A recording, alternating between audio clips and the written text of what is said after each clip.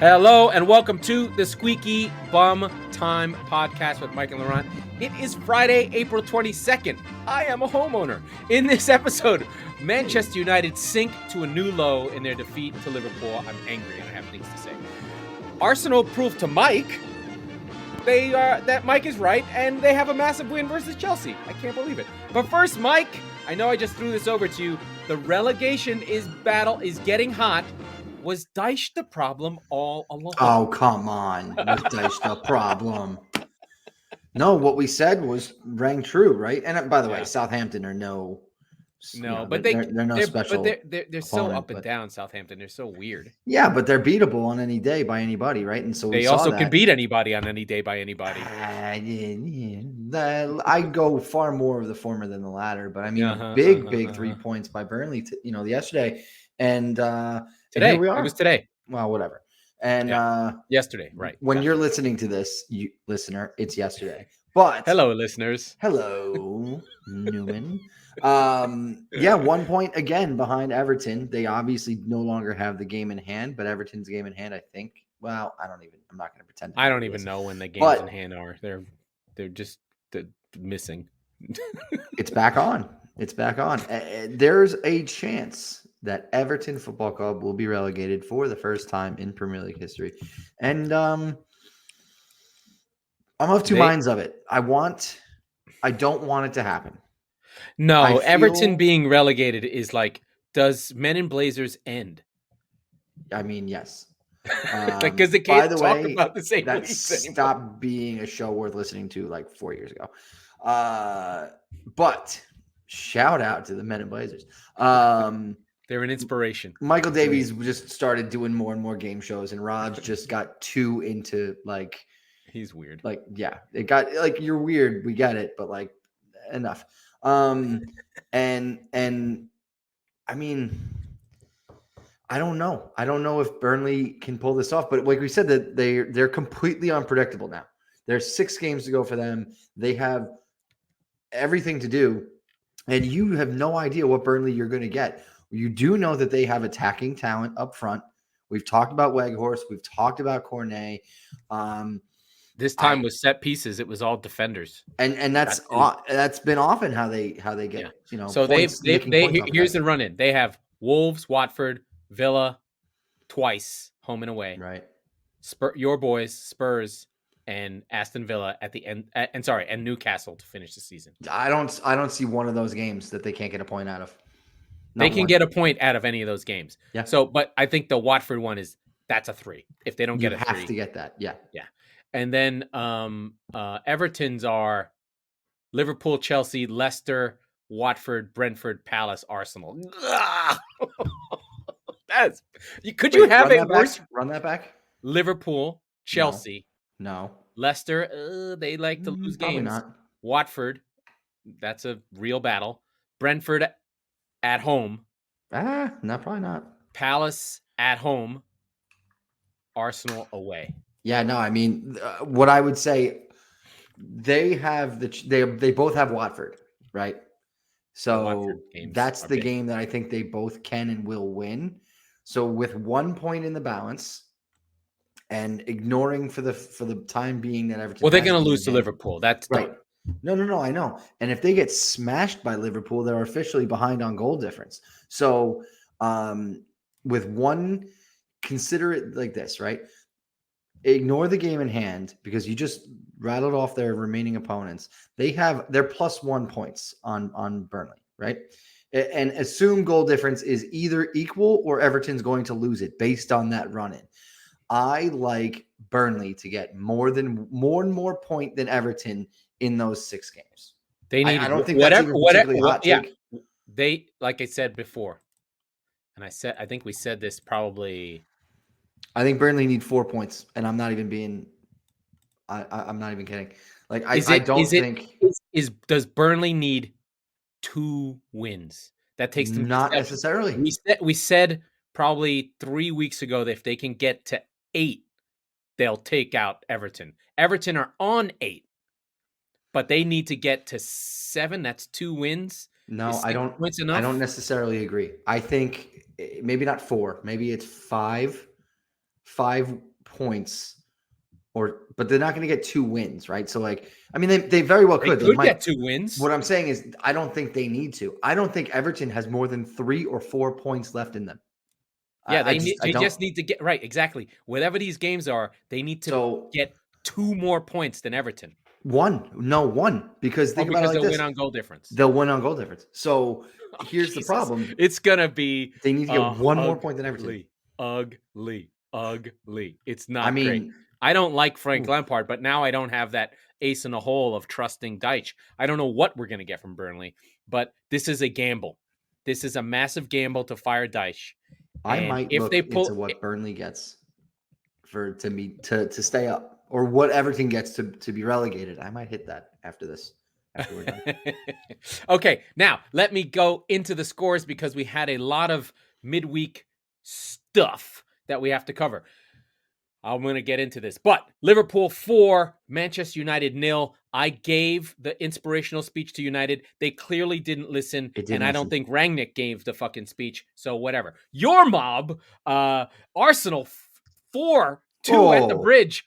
What the fuck happened there? Cuckoo Town. I told you. A massive win for Arsenal. This is a regression to the mean game for Arsenal's horrible finishing. Yeah, they made Eddie Nketiah look like Didier Drogba, and it was just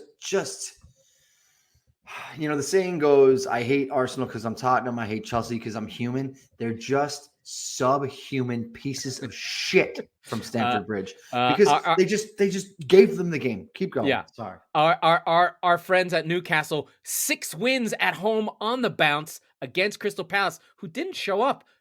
Newcastle, really fun, really good. Sports washing, yay! 1-1 Everton. Everton get a late draw in the 92nd minute. Ooh, that's now Leicester have, I think, lost. I'm gonna go with like 37 points in the last 5 minutes of games. It's shocking how many times Leicester have blown games, and they should have blown Everton out of the water. So many missed chances. But also, Richarlison missed a bunch. My mob, City, take on a very, very tough Brighton that I was very squeaky bum time the whole game. But once City scored their first, everything was fine. City pull it out. Kevin De Bruyne decides, we're not losing. Not today. Not on my watch. Mm-hmm. And he's the man of the match. And then yesterday's game, Burnley 2, Southampton 0. 2 defensive player goals. And Burnley are on the charge, coming for fucking Everton's fumes. It is an incredible thing to see 2 defenders. A center back, Nathan Collins, who's a bum, and Connor Roberts, who doesn't play either, is also from Wales. They take 16 shots against the mighty Southampton. I don't think Burnley have taken 16 shots in 6 months. In the Sean Dyche era. Yeah, exactly. I don't think they ever got to 16 shots in a game. So that's a lot. The first thing, where do you want to go first? Do you want me to? Let's go right there. Do you want me to go to United or to Burnley? No, Burnley. This is not your father's Sean Dyche squad. We talked about it in the open, but like, there's just something different in the air. They're going to stay up, and Everton are going to go down. And I'll say this: I am not prepared to deem Leeds United safe yet. No, I want them to. I badly want them to. I can't see them going down. I think they could get pulled into it, but yeah. You'd have to have Everton go on a streak of winning. I'm not suggesting that they are in trouble of going down. I'm just saying they're not safe yet. The difference and the line is, I mean, quite literally 34, right? Like, as we said. yeah. So they're on 33. They need 1 point from their final 6 games. They're going to get it, but until they do, I'm not comfortable with it. I think the thing that's shocking is seeing Villa down there. The Gerrard magic is Gerrard gone. It came and went, huh? Yeah, that was not great on their side. Okay, so we've got that sussed out. Everton, you like Burnley to overtake them. It sounds like you're all in on Burnley because you don't trust Everton and Frank Lampard. I don't trust Frank Lampard either. What I do trust for Everton is they've got a lot of home games, and they're good at home. And I think Anthony Gordon has legend in him to drag his boyhood club up. He was the one doing all the work. getting Everton into spaces. They have lost Calvert-Lewin again. This is a lost season for him and my fantasy team. That's okay. I was banking on him for 15 and he gave me 5. But Everton need a version of Benitez who's not Benitez right now. But they went with Frank Lampard in attack. Burnley, we don't know. They do get their 16 points. But my fucking ire has to be drawn right now to Manchester United. I gotta turn the camera on and look at it. Do the Bill Simmons. Turn the camera on. You are the weakest, flimsy, fucking octopus boiled lobster fucking piece of shit Reds I've ever seen. You showed zero, nothing. Gary Neville said in the broadcast as he was doing it, this team is broken. They have nothing. That team is broken. They have nothing. I don't know why I thought Cristiano, and you spoke about it, he lost a child. I was like, now he's not playing. The lineup they sent out. Didn't occur to me. Yeah, it didn't occur to me either. It should. But he's such a fucking maniac. You'd be like, oh yeah, my kid died. I'm playing anyway. You know what I mean? Kind of like I weirdly sort of thought I was conscious of that, but it was in a completely different arena. And I just was like, oh shit. Yeah, of course. And then I went, oh shit. but let's look at this lineup, right? Like this might be the worst United side ever to play. De Gea, Lindelof, Phil Jones, the corpse of Phil Jones gets pulled out and exhumed. Harry Maguire, Pogba, who comes off after 10 minutes. I think he realized this game was fucked and I don't want to be embarrassed. And he basically jettisoned his teammates. Rashford, possible. Fernandez, who just complained the whole game. Dalot, Wan-Bissaka, and Nemanja Matic and Elanga. There's not a world-class player in that group except for Fernandez maybe, and Pogba drops. And who do they bring on for Pogba? They bring on Lingard. They had nothing. They showed nothing. Liverpool laughed at them literally on the pitch. They let Thiago, who it's not like you can't fucking scout what Manchester City do. You fucking sit on him. You take that Rashford number 10 and you put him on that number 6 and you say, you're not beating me because you make shitty Jordan Henderson do it. But no, the first goal for Luis Diaz is a pure thing of beauty. I can appreciate it for what it was. Out from the back, full build-up. Every player touches the ball except for Van Dijk, and they score a goal in 5 minutes. That's a fucking tap-in. They just ping it around. They just pass all the way through United. From that moment on, 5 minutes later, Pogba's like, I'm not feeling well. He's out. Salah scores a goal. It's 2-0 at 22 minutes in. And I stopped watching because I don't know why Manchester United does this to people, but I think they have a special thing. I think there's a level of disappointment that is now extending out from not just United fans, but everyone. We're all looking at this team, feeling the feelings of hatred, of I know who this team is, I know what this brand means, and you're just like, you can't be this bad. This is bad for all of us at this point, right? Like, you're fucking Manchester United. You're supposed to fight. You're supposed to play for the shirt. You're the Red Devils. You're fucking Beckham. The legacy of the club is in you. You cannot play like this. It's like when the Yankees were bad. But even when the Yankees were bad, they fucking cared. Yeah.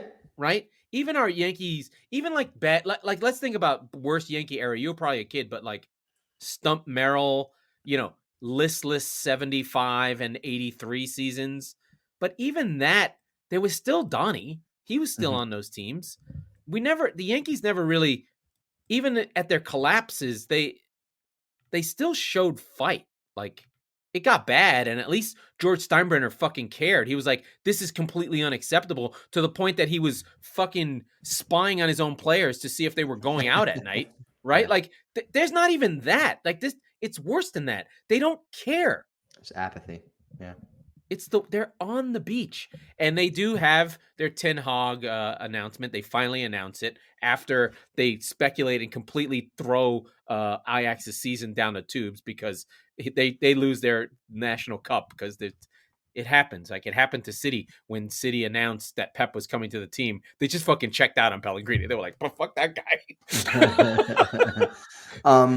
But And it's just, so what do you feel that feeling that I feel for United? Like you watch them and you're like, this can't be right. Like sort the of. Well, universe is broken. no. I didn't tune in because I saw the lineup and went, ooh, and I didn't bother.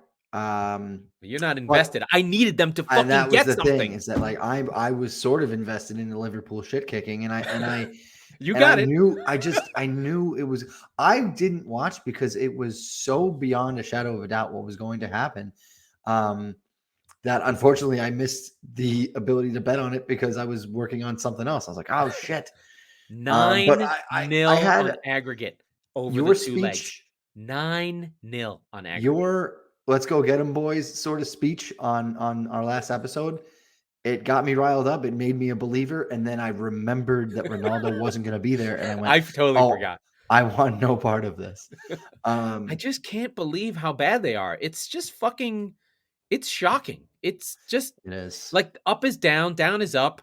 There's nothing there. I mean, and then Rangnick just eviscerates the team. He's like, oh, 7 players have to go. This team needs a full rebuild.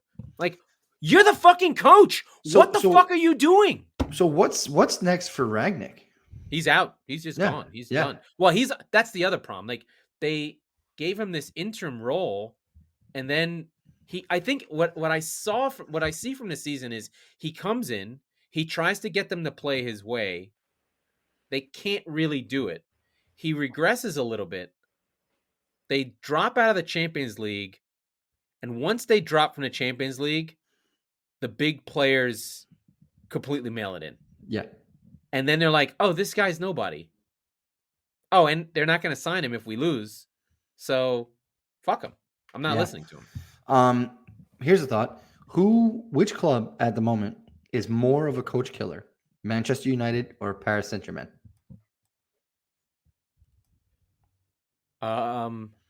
Like reputation wise, right? Because think about when Chelsea. Yeah. No, I understand. I think when Chelsea picked up Tuchel, it was like, oh man, this guy's kind of a cast off. He's, licking his wounds, if you will. And Pochettino is looked at probably in the same light to the point he has that been diminished. Yes. Yeah. I think that there's different problems. I think that with United, it is a structural, top-down American owner, rot and take the money out of the stadium, second class in everything. Well, wait a minute. They still spend a ton. No, they spend badly. Like it's very Steinbrenner Yankees where they're spending on the wrong thing, right? Right. They're just doing the wrong. I sent you that Instagram story where they showed the yearly spend versus Liverpool. I mean, it's like, holy shit, this is bad. Mm-hmm.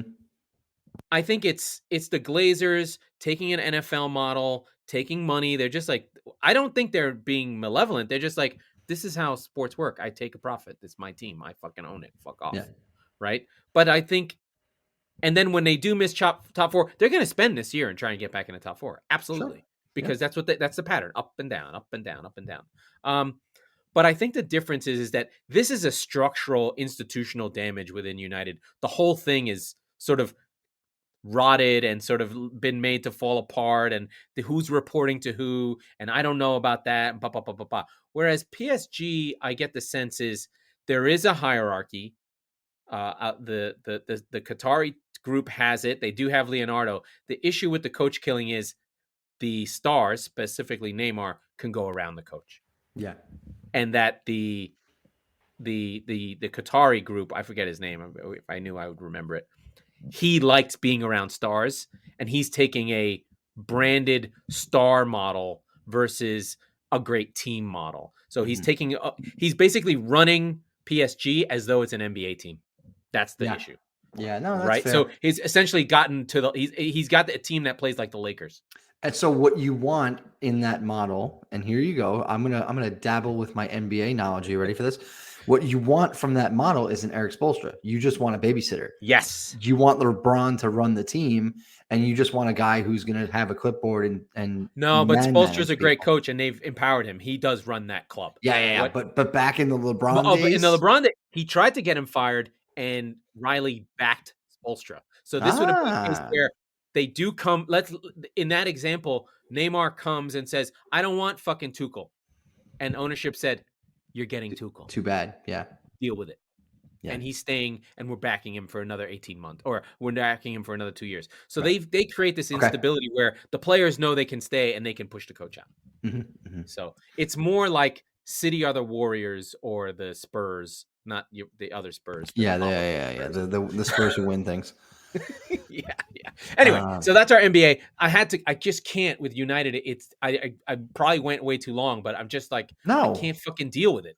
It's shocking. One other game to talk about this week, and I'm kind of mad about that one. Oh, give it to us. So again, on the show, on our last episode, we talked about it on the preview, Chelsea and Arsenal at Stamford Bridge. Arsenal coming off of 3 straight defeats, at least 2 of them where they probably should have had some kind of result from it. A draw and a win, probably. More than likely. And it's just one of those where, but they can't finish. Yeah, but they can't finish. They start Nketiah up top and really just take it to Chelsea. I mean, an early goal, and then all hell breaks loose. I had a couple of friends of mine who are Chelsea supporters. I went into a meeting. I came back. I missed 3 goals, and it was a short meeting. I went, what the fuck? All hell broke loose. So they go into half 2-2, and what can only be described as a calamity at the back for Chelsea. Christensen just gets kicked. They could play it behind Christensen, and he sort of tries to half clear it to Sarr. It doesn't quite get there. I mean, to be fair to pinballs around, and to be fair to Chelsea, they're playing 3 fullbacks. No. This is where you can't be fair to these fucking pricks, because they played 3 fullbacks. They gave Rudiger a rest. Why? Yeah. So you can have him play in the shithill derby against fucking West Ham on Saturday? Are you kidding me? I don't know. Maybe he was hurt. I don't know. Are you kidding me? There was nothing in the injury report, right? So you picked a team that was ripe for a hungry, desperate Arsenal team, and full marks to the Gunners. They completely took them to the woodshed. 4 goals for a team who couldn't score in a fucking brothel in the last few weeks. Yeah, they get lucky though. I mean, a couple of the Nketiah goal on Christensen, he just fucking runs him down and he makes a mistake. That's not luck. Full marks. You got to chase the guy. You got to make it happen. It's a 5% chance that something goes wrong, and it went wrong. The other one was the other Nketiah goal, which I think is a third, is a really nice ball into him. The first touch is incredible, but then Sarr half clears it. The ball's kicking around, and it happens to fall to Nketiah. He gets to finish. And the goal in between, the Smith Rowe Odegaard goal, is just, can we love Odegaard more? I mean, is he a player? Is he just like baby Eriksson, like early Eriksson? Sure. Yeah. He's got that vibe to him. That.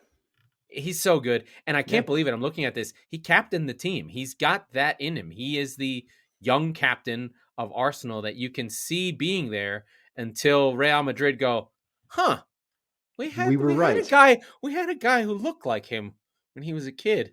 Yeah. I wonder what happened to him. But he's still only 24. He's been in our brains now for 8 years. We know who Odegaard is. Saka scores a penalty, which is a collector's item. At the end of the game, by the way, he fucking shithouse drew that thing. It was pretty incredible. It was impressive, and I love it. So he takes Azpilicueta's arm and does the old chicken wing grab, and then drags himself to the ground. Yeah, that was surprising that was not overturned. Yeah, over VAR. That's probably a yellow card for simulation, but yes. They get the insurance marker, and then they take him off for Lacazette, who, thank God, didn't touch the field when the game was still in balance, because he's terrible. So Nketiah makes all the difference in this game, and now here we are. We are Marlowe Stansfield, because that's who Eddie Nketiah looks like. Nice. They put more points on the package. And so he is going to get a run of games. I think that we'll see. You have to. You have to see what you can get from him, because the future is not Lacazette, right? You've got to No. see if Nketiah can do anything. Again, Saka was incredible, being, on the side of Sarr and Alonso, just torturing them. He's so good. I mean, between Smith Rowe and Saka, you don't have to like Arsenal. I will wax poetic, and I have all season. Having a team that is young, with a young manager, that they take their lumps, that they grow together. They're clearly talented. They've had a lull. They've fought back. They've gotten to a place where they feel okay. And I'm going to connect this back.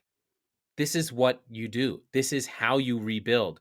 You get the fans on side by playing young boys, because the fans they don't really hammer kids, They have a little bit of all right, he's one of our own.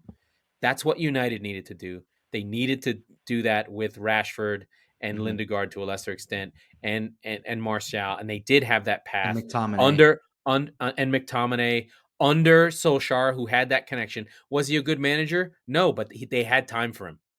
Yeah. And by getting Ronaldo and getting Varane, they speed everything up. Sancho. And the whole thing breaks.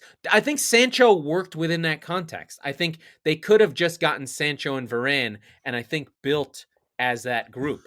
It's Sancho the Ronaldo signing that breaks everything. Yes, of course. But Sancho works in that construct because of where he came from. No. Well, yes. And he comes from City. And he comes from City's academy, and they're like, "Fuck you, we got one of yours now," right? Like, exactly. Adam Banks cake eater for all the Mighty Duck fans out there. Yeah. All that stuff matters, right? Like these narratives, these pieces that we've talked about, this sort of concept. And I always try and remember it, because I was listening to a bunch of podcasts, how it's a thing we don't have in the States that is such an important piece for American fans to understand. The fans in football are the third estate. You've got coaching, you've got the club and the players, and the fans. The third pillar has to be on side with your group, because no matter what, they carry the history, they carry the feel good, they carry the narrative for your club. If you can keep the fans with you, everything works. I'm trying to think, they'll forgive anything. If there's any fan bases in the U.S. that not are equal, because I'm not saying Cowboys. That there are. No, because they've been irrelevant for however long now, and they have they won a playoff game since Aikman was quarterback? I don't know, but it's not the point that as much as you want to sit there, bitch, moan, and complain, nothing changes, right? Yes, they don't have They have no connection. They have no way to affect things on the field. Whereas in football, you really can create toxic environments where things go badly, and the team feels it and reacts to it, because we don't have organs. We don't have guys playing. We don't have anything like that. Everything comes from the fans, right? How you play, how the team cheers, that whole connective sort of soup that makes a team go on. You could see that with Arsenal, and the Arsenal away end, they dragged those kids forward. They did. They were there, especially with a half-empty Stamford Bridge because of the restrictions. I'm struggling to find a really good example. There's nothing. Like we often do, I mean, I probably would go to like college level. Yeah. Yeah, sure. The big house, maybe. Yeah. You get like Michigan, or honestly other sides. Like the thing about this though is that there's very few teams and fan bases in America that have the ability to self-reflect the way that European and English fans do when things are going poorly. Because there can be so much continuity with a manager or with a team, because there's no free agency. All of it can all sort of institutionally suck into your team. It's this fire that burns, and your team can either collapse or keep moving, right? You've got a team like Atletico who you are afraid of. And because the fans, the whole thing is one group, the whole thing moves together. Crystal Palace. Palace is a great example. Brentford is another example. You're afraid, right? We're going to talk about the games this week. That's a good You've got to go to a night game in West London at Brentford where your team is better. Your team is better. But you are going into a fucking lion's den. A literal beehive. A literal beehive. Yeah, I'm not feeling great about this game. You look at the schedule, there's 3 big ones, and we'll touch on all of them. It feels very draw. Yeah, I'm just interested to see to the point of, like you said about Liverpool and United, about having Rashford and Thiago. The inverse is true for Brentford. Put Rodrigo Betancourt on number 23 for Brentford, Christian Eriksen. Do not let him move. Do not let him touch the ball more than 3 times at a clip. And if you do that, you will win 3-0. You will not have a problem. I would say put Højbjerg on him because Betancourt is going to need to pass the ball forward. Fine. And that's interesting because they're both Danes. And I wonder if facing Eriksen will unlock Danish. Oh, I didn't even think of that. That's another layer to roll on top But if of it unlocks Danish Højbjerg, who's actually good. Yeah, and like has a horn that's broken off on his helmet. Right. He wears it around his neck on a. There's so many Danes. It's going to be like a Dane reunion. It's like, what's the line that the Jamie Vardy in the tunnel with in Leicester City? He's like, Danish friends, because he's such a fucking moron. Yeah. Speaking of our Danish friends from Leicester, they find a way to blow another game. Shocking, and our friends at Everton move forward. I did finally hear that there is fear on my friend Mr. Schmeichel's job. They're finally sort of going, you know what? That guy's not good. And that's actually happening to the Ramsdale. I think Ramsdale's time as a pumpkin is up. The clock has struck. He's not really influencing Arsenal the way he had been in the first half of the season and in the fall. So there's a little bit of a goalkeeper world. I have one more goalkeeper friend who hasn't been doing much. Our friend Mr. Mendy, when he was the top defending superstar, saving fucking Chelsea when in the first month of the season we're like, oh my God, is Edouard Mendy the best goalkeeper in the world? No, he's not, because the 2 best are still the 2 best, right? Yeah. It's still Alisson for the saving, less so the distribution, and Ederson for the fact that and De Gea. Yeah, but De Gea can't pass. He's terrible. Okay, but he has saved their ass a million times. David, let's be very clear about something. I don't want to hear about how the last 5 years have revolutionized the goalkeeper position.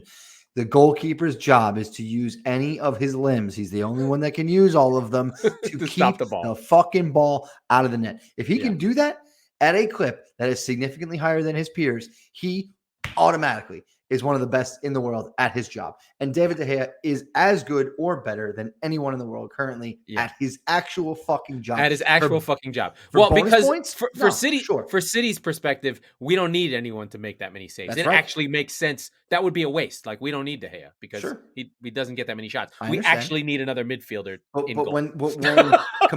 I understand. But when comparing goalkeepers against goalkeepers, bald-headed fuck Pep, I don't want to hear about how you basically have a sweeper keeper. I want to think about what and by the way, Ederson is a tremendous goalkeeper and does come up big sometimes, often, but not like those other guys. But he just doesn't. I mean, the body of work. He doesn't have the body of work because the team hasn't taken that many shots. Right? And he hasn't been getting bombarded by Liverpool. No. Case in point. Yeah. That takes us to my friends. The City game. We know the score, but there was a feeling in that game that was fucking squeakiest. It was shaky. That was shaky. It was. So Brighton did the same thing it'd been doing in the last 3 games, taking the 2 games from London itself, specifically North London, and they were like, "Hey, that's been working. Let's do that." that would be a collection of scalps. So if they pulled that off. The key thing that stopped Brighton from being able to win this game was Basuma wasn't playing. Yeah. So he was out. We didn't get that third of their super. So Caicedo, who's new, he's in his 3rd start, playing with Mbeumo, and then no Basuma, saved City's ass because Basuma's the offensive one who can get things moving. Yeah. And they really kicked the shit. They really were tough and in our ass and just like, man, fuck off, Brighton. It seemed like all those City like to go wide and have all the players stretched out really wide, and those passes were there, and there were a million times where City did the crossfield ball, and you're like, is Mahrez just gonna pluck this thing out of the sky? Oh, well, yeah, he is. There he is. Okay. But then Cucurella's fucking there like a goddamn seagull on shit. They're just there. They're like seagulls after food. They just they're fucking everywhere. But City eventually did break them down with the football. De Bruyne just fucking muscles his way through. Almost could have gone down 3 times. Cucurella, of course, kicked him because that's what Cucurella does.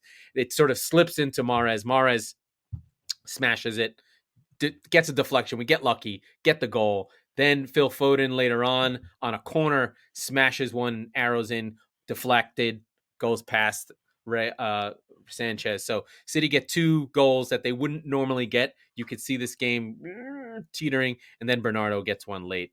And, it feels like an easy win. But City didn't get their goal until the 52nd minute.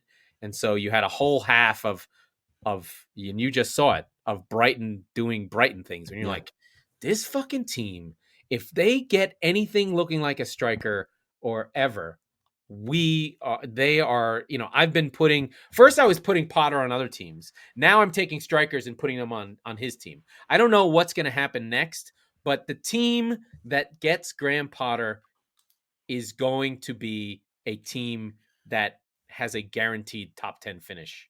I was going to say 10 is the line, but that's exactly where they are right now. And let's do this, okay?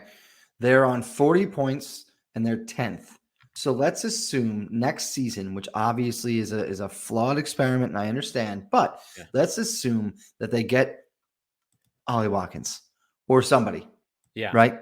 They get a Premier League quality striker, a guy who's going to be someone like that. It's going to be somebody that we don't know yet. Liam Delap, right? Let's just go with that. But hold on. They get, I forget the name. They get 12 goals out of the striker position. Okay. It needs to be not the number. It's not a raw number. It's consistency. It's like he's getting one every other game or every third game. Even 19, every third game would be good. Every third game is basically 12. It's 13. Right? But really, I can count on it.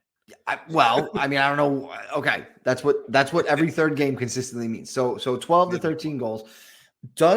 How much higher does that bring them? And I say this, if you look at the table right now, they're 9 points off of Wolves. Does that make them as good as Wolves? Maybe. Does that make them as good as West Ham? I think they get into that. They can get into that West Ham space. I mean, basically what we're saying is, can they take 5 of those draws and make them into wins? Exactly. And from there, you go from happily mid-table, right? If you're Brighton, it's interesting. Leicester are like, fuck, we're mid-table. And Brighton are like, hey, we're mid-table. But I think Leicester aren't that far away. I think that they have had some actually good work happening. I think they're almost ready to let Vardy go. I think that you kind of have to let Vardy and Kasper Schmeichel and whoever else is just left over there.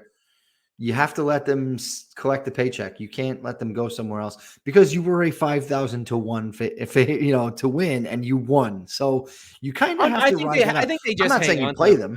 Yeah. I think that they just hang on to them and Vardy becomes super sub. Your guys have been stretching them, and then all of a sudden, fucking Vardy comes on with the big V on his fucking shirt, and he's like, "You know who what's my fucking name? Right. Who the fuck are you? I'm Jamie Vardy. Get the fuck out of here. Here we go."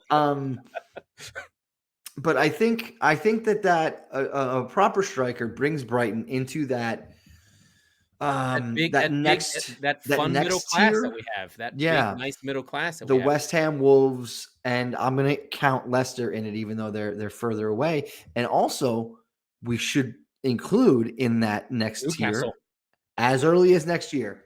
Newcastle is in that tier. For sure. Because if you look at what they've done since they got Howe, they're on fire. Like they're on like a 45 point. And the question really will become, I was talking to someone a week or so ago about what their trajectory really kind of looks like. And I think next year is top 10 is a good goal for them to have. Yeah. Frankly, because I don't care how much money you have, and I know they have more than God, but you still can't attract multiple top talent players until you're consistently a top 4 championship level threat. And by championship, I mean league title. What Newcastle want to do is grab players from the teams they think are near them. Yes, right? and You want and they did you that. want to grab Tielemans off of Leicester, and you're like, Yeah. you're not going past me. I'm pulling you down Mhm. on the way up. I'm stepping on your head, So that's climbing one out of the thing. pool, That's and one then thing they you want to do. maybe you grab someone like Aaron Cresswell from West Ham, and you're like, oh, they grab Fabianski from West Ham, and you're like, I'm taking guys I know are, or maybe you don't go for Rice. You go, you know what? We're gonna just take Souček from you. I don't. That's the thing. I don't think Rice would go there. You No, he back wouldn't. But Souček might. Souček might Sure, be someone that you sure. could entice. But like, you're gonna pay me what? Because they're gonna pay over the odds. They're gonna be like, Oh Souček yeah, is of a 40 course. million player. They're gonna pay 70, right? Yeah, They're just gonna be yeah. like, fuck And it, then I they're don't going to care. give him a fat check. But I think the other thing that they do, and I think that makes sense, but is whatever they're going to spend on a Thomas Souček, you double it, and you buy every would-be potential, maybe almost wonder kid from like every 15 to 17, and you bring them in the same house. And if you get two of them, then it's found money, right? Because realistically, what you're looking at is a 2 to 3 year top 4 challenger. So why not bring in all of those guys at that age? Maybe a little young, maybe 16 to 18, whatever. What I think needs to happen is, and this is, listeners, if you're from the northeast of England, let us know. What I think is that is an unmined area. And I think that between Sunderland and between Newcastle and between Middlesbrough and that area and Hull or in that area, there's not a team that's just like, we own this area. We're going to find every fucking kid here so that you can get your Trent Alexander-Arnold, who's from Newcastle.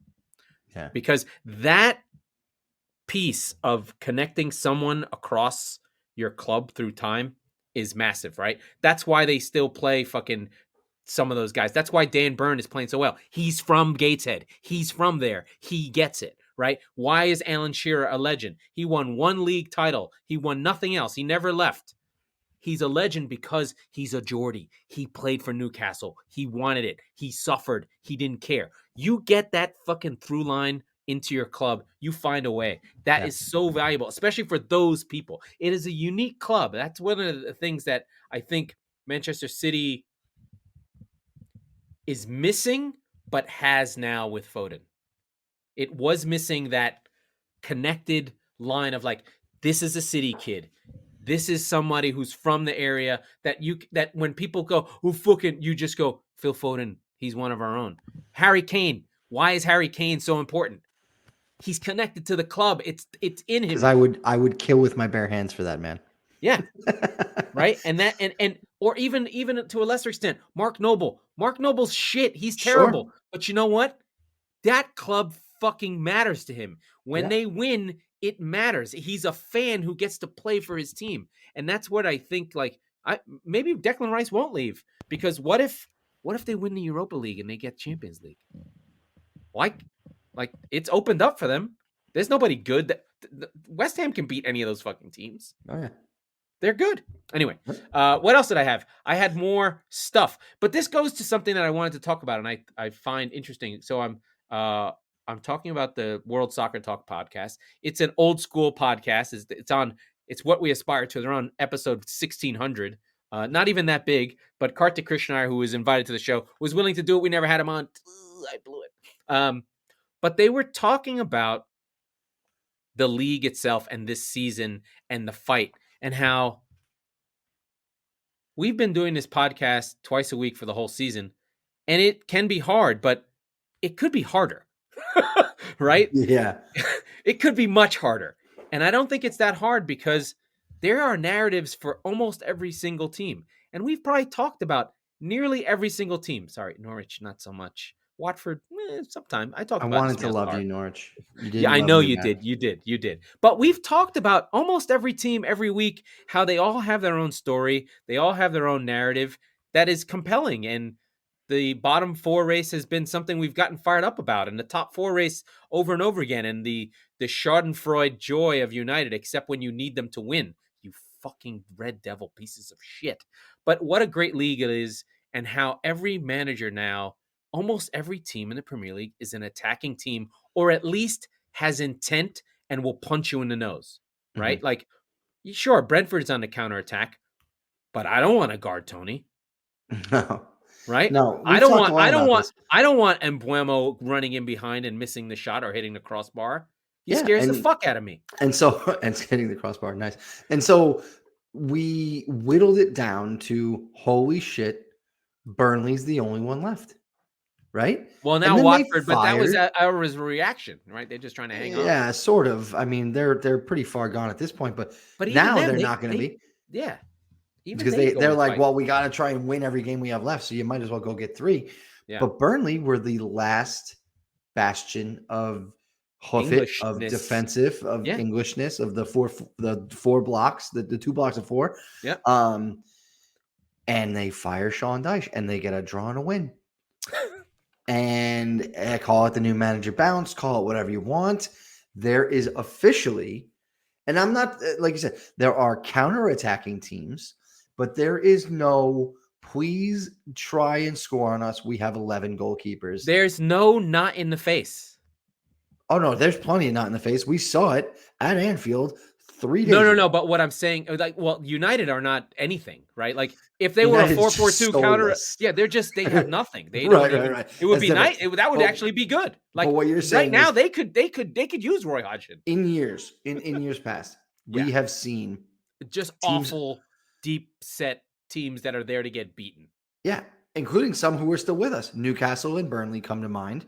But yeah, there's no Allardyce, there's no Pulis, there's no fucking Steve Bruce's, there's no Neil Warnocks, there's none of those old English managers. They're literally all gone, and they're being replaced by Gerrard, Potter, Dyche to a lesser extent. These young kind of managers that are just like, nah, we're not doing that. Yeah. And they're gonna lose. And Hasenhüttl, they're gonna lose, but they're gonna take somebody with them. It's like if you got into, this because you're someone who's known to have a fisticuff now and again. You might get beat up, not lately, but I've never ever once. But never, you might not once. Not one. No, yeah. Anybody who says they've never lost a fight has never won. Oh no, never been in one. I meant never once. No, I'm very well behaved. No, but what I'm saying is be a guy who's like, okay, these 3 guys are beating me up. That guy, he's going to remember me. He's going to remember me. That's right. So I think there's more teams that are now, they're just like, I'm going to get beat. That guy's going to remember me.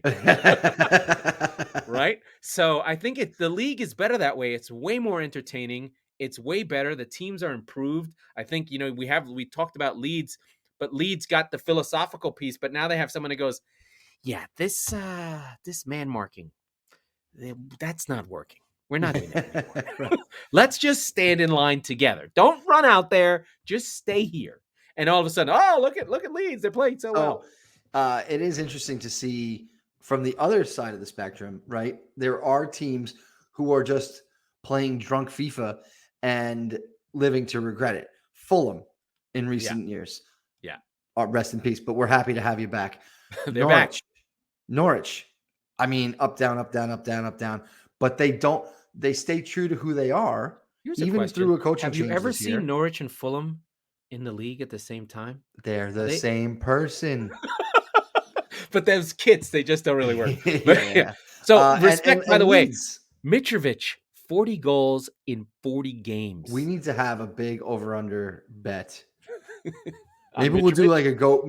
By the way, it is Marco Silva, the biggest phony manager in the history of phonies. Maybe. All right, here's an idea. Because remember, he was the Everton manager. Do you remember Marco Silva was the Everton manager? He's at Fulham now? Yeah.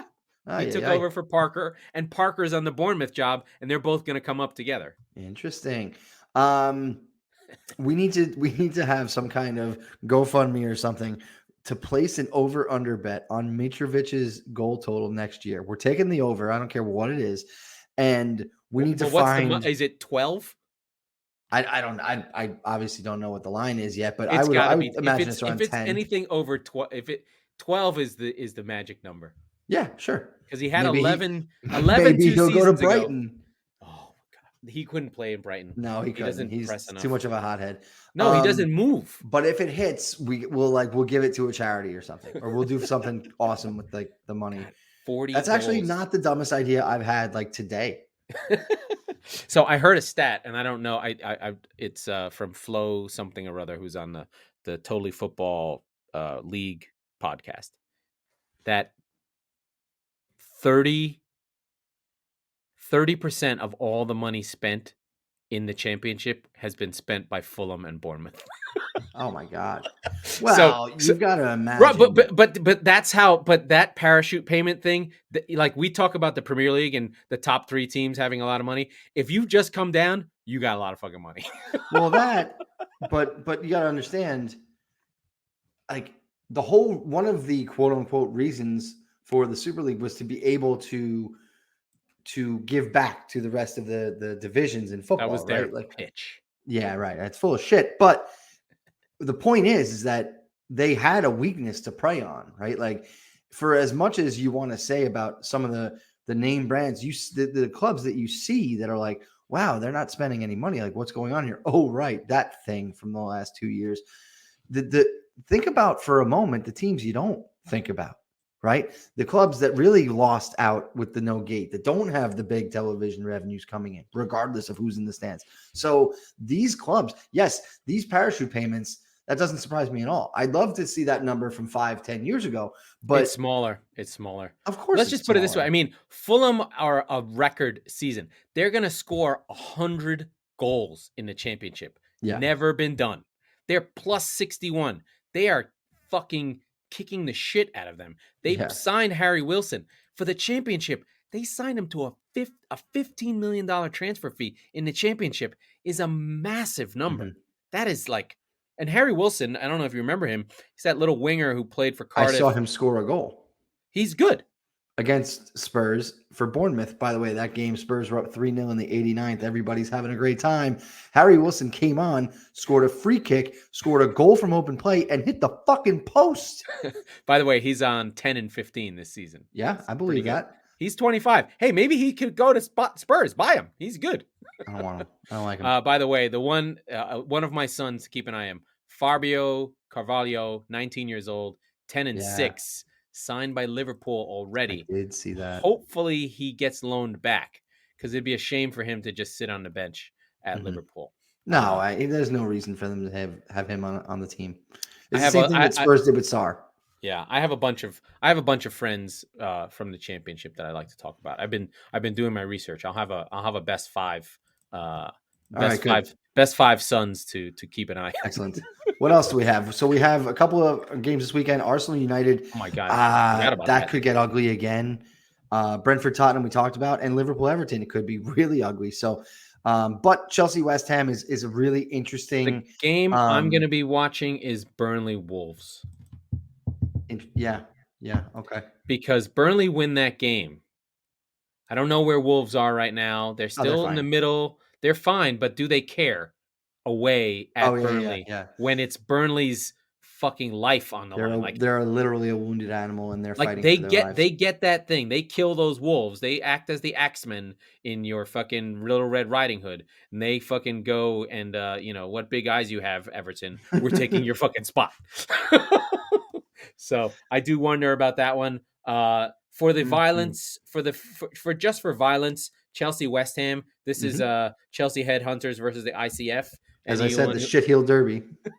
Anyone who's up for a little Chelsea smiles and Millwall bricks, that is your classic. If you're probably 55 years old and like to pretend that you can still fight, that would be the game for you, because that whole generation of people is gone. And I probably won't give a shit about City Watford. It's not a question of when, it's how much. How many, yeah. I mean, that's all we've got, brother. Chelsea, and then Champions League comes back next week. We'll talk about it. We'll talk about it on Tuesday. But I mean, Chelsea and West Ham for me is the game of the week. I of course will have my eyes on Brentford Community Stadium for the late game on Saturday, which I'm not going to feel great about going into, especially given the fact that it's likely that Arsenal will have beaten United probably handily, and not only taken temporarily fourth place. Why do you think Arsenal's going to beat United? They never beat United. For the same reason that Liverpool just beat United. They're not. Arsenal has something to play for, and United have nothing. Are broken. Their They're soul broken. is crushed. By the way, I really recommend you find on YouTube the Sky Sports Gary Neville stuff. It's Okay. just, this is a man who's crushed. There's something Yeah. called the Gary Neville podcast. He does it after he does like 20 minutes with Martin Tyler Right. right after the games. And he's just he's a broken man. It's like, in my 45 years, I've never seen a United team this bad. And I Yeah. feel him. It's pathetic. Yeah. Even Roy Keane is getting into, like, he's not even angry anymore. He's just sad. He literally said that. If Roy Keane isn't angry, what is he? What is going on? He's not alive. He's dead inside. I'm wrapping it up. Let's get Okay. out of here. That was the Squeaky Bum Time Podcast with Mike Salerno and Laurent Cortines. That's me.